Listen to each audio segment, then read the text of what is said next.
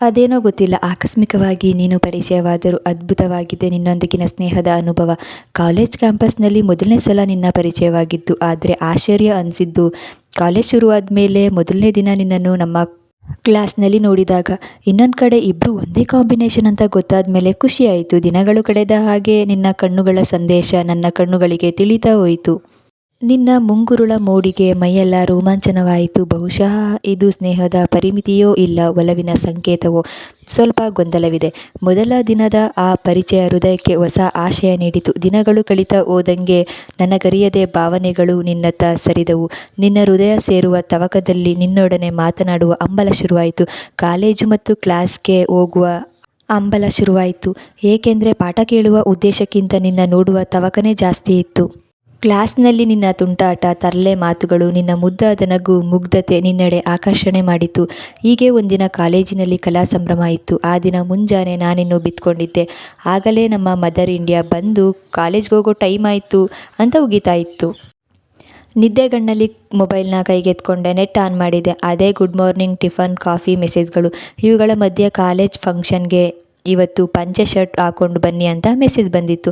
ನಾನು ಫಾರ್ಮರ್ಸ್ ಹಾಕ್ಕೊಂಡು ಹೋಗೋದಾ ಅಂತ ಇದ್ದೆ. ಈ ಮೆಸೇಜ್ ನೋಡಿ ಪಂಚೆ ಶರ್ಟ್ ಹಾಕ್ಕೊಂಡು ಬರಬೇಕಾ ಅಂದೆ. ಅದಕ್ಕೆ ಅವಳು ಹ್ಞೂ ಪ್ಲೀಸ್ ಪ್ಲೀಸ್ ಹಾಕ್ಕೊಂಡು ಬನ್ನಿ ಅಂದ್ಲು. ಅದಕ್ಕೆ ನಾನು ಓ ಹಾಗಿದ್ರೆ ನೀವು ಸೀರೆನಾ ಇವತ್ತು ಅಂತ ಕೇಳಿದೆ. ಅವಳು ಹ್ಞೂ ಹ್ಞೂ ಅಂತ ಅಂದ್ಲು. ಅದಕ್ಕೆ ನಾನು ಕೇಳಿದೆ, ಸರಿ ರೆಡಿ ಆದಮೇಲೆ ಒಂದು ಫೋಟೋ ಕಳಿಸು ಅಂದೆ. ಅವಳು ಯಾಕೆ, ನೀವು ರೆಡಿ ಆದ್ರಾ ಅಂದ್ಲು. ಅದಕ್ಕೆ ನಾನು ಇಲ್ಲ ಇನ್ನೂ ಬಿತ್ಕೊಂಡಿದ್ದೀನಿ ಅಂದೆ. ಅದಕ್ಕೆ ಅವಳು ಟೈಮ್ ಆಯಿತು ರೆಡಿಯಾಗಿ ಬೇಗ ಬನ್ನಿ ಅಂದ್ಲು. ಅದಕ್ಕೆ ನಾನು ನೀವೆಲ್ಲ ಹೋಗಿರಿ, ನಾನು ಲೇಟಾಗಿ ಮಾಸ್ ಎಂಟ್ರಿ ಕೊಡ್ತೀನಿ ಅಂದೆ. ಅವಳು ಓಹೋ ಅಂದ್ಲು. ನಾನು ಹ್ಞೂ ಅಂದೆ. ನಾನು ಮತ್ತೆ ಫೋಟೋ ಅಂತ ಮೆಸೇಜ್ ಹಾಕ್ದೆ. ಕಳಿಸಲ್ಲ ಏನಿವಾಗ ಅಂದ್ಲು. ಅದಕ್ಕೆ ನಾನು ಕಾಲೇಜ್ಗೆ ರಜೆ ಮಾಡ್ತೀನಿ ಆಗಿದ್ದರೆ ಇವತ್ತು ಅಂದೆ. ಅದಕ್ಕೆ ಅವಳು ಬೇಡ ಬೇಡ ಕಳಿಸ್ತೀನಿ ಅಂದ್ಲು. ಫೋಟೋ ಬಂತು. ಕೇಳಿದ್ಯಾಕಂದರೆ ಅವಳ ಸೀರೆಗೆ ನನ್ನ ಶರ್ಟ್ ಕಲರ್ ಮ್ಯಾಚ್ ಮಾಡೋಕ್ಕೆ. ಅವಳು ನೇರಳೆ ಬಣ್ಣದ ಸೀರೆ ಹಾಕಿದ್ಲು. ನಾನು ಅಷ್ಟೇ ನೇರಳೆ ಕಲರ್ ಶರ್ಟ್ ಹಾಕ್ಕೊಂಡು ವೈಟ್ ಕಲರ್ ಪಂಚೆ ಹಾಕ್ಕೊಂಡು ಸ್ವಲ್ಪ ಸೆಂಟ್ ಹಾಕ್ಕೊಂಡು ಕಾಲೇಜ್ಗೆ ಮಾಸ್ ಎಂಟ್ರಿ.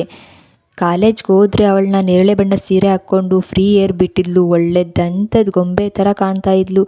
ಅವಳು ಅವಾಗವಾಗ ಮುಂಗುರುಳನ್ನ ಸರಿಸ್ಕೊಂಡು ಮಾತಾಡೋದನ್ನ ನೋಡ್ತಾ ಇದ್ದರೆ ನನಗೊಂದು ಸಾಂಗ್ ನೆನಪಾಗ್ತಾ ಇತ್ತು. ಓಪನ್ ಏರು ಬಿಟ್ಕೊಂಡು ಅಂತ ಸಾಂಗ್ ಇದೆ, ಆ ಸಾಂಗ್ ನೆನಪಾಗ್ತಾ ಇತ್ತು. ಅವಳು ನನ್ನ ನೋಡಿ ನಾಚ್ಕೋತಾ ಇದ್ಲು. ಅವಳು ನನ್ನ ಮಾತಾಡಿಸ್ತಾಳೆ ಅಂದ್ಕೊಂಡೆ, ಆದರೆ ಅವಳ ಮುಖದಲ್ಲಿ ನಾಚಿಕೆ ಅನ್ನೋದು ಎದ್ದು ಕಾಣ್ತಾ ಇತ್ತು. ನಮ್ಮ ಫ್ರೆಂಡ್ ಸರ್ಕಲೆಲ್ಲ ಒಂದು ಕಡೆ ಕೂತ್ಕೊಂಡು ಇನ್ನೇನೋ ಫಂಕ್ಷನ್ ಶುರು ಆಗೋ ಟೈಮ್ ಆಯಿತು. ಆದರೆ ಅವಳು ಮಾತ್ರ ವಾರೆಗಣ್ಣಲ್ಲಿ ನನ್ನೇ ನೋಡ್ತಾ ಇದ್ಲು. ಅದೇ ಟೈಮಲ್ಲಿ ನಾನು ಅವಳಿಗೆ ಹೇಳಿದೆ, ರೀ ಈ ಸೀರೆಯಲ್ಲಿ ನೀವು ತುಂಬ ಚೆನ್ನಾಗಿ ಕಾಣಿಸ್ತಾ ಇದ್ದೀರಾ ಅಂದೆ. ಅಷ್ಟು ಹೇಳಿದ್ದಕ್ಕೆ ನಾಚಿ ನೀರಾದ್ಲು. ಇದು ಕೇವಲ ಆಕರ್ಷಣೆಯಲ್ಲ, ಇದು ಒಲವು ತುಂಬಿದ ಹೃದಯದ ಪಿಸುಮಾತು.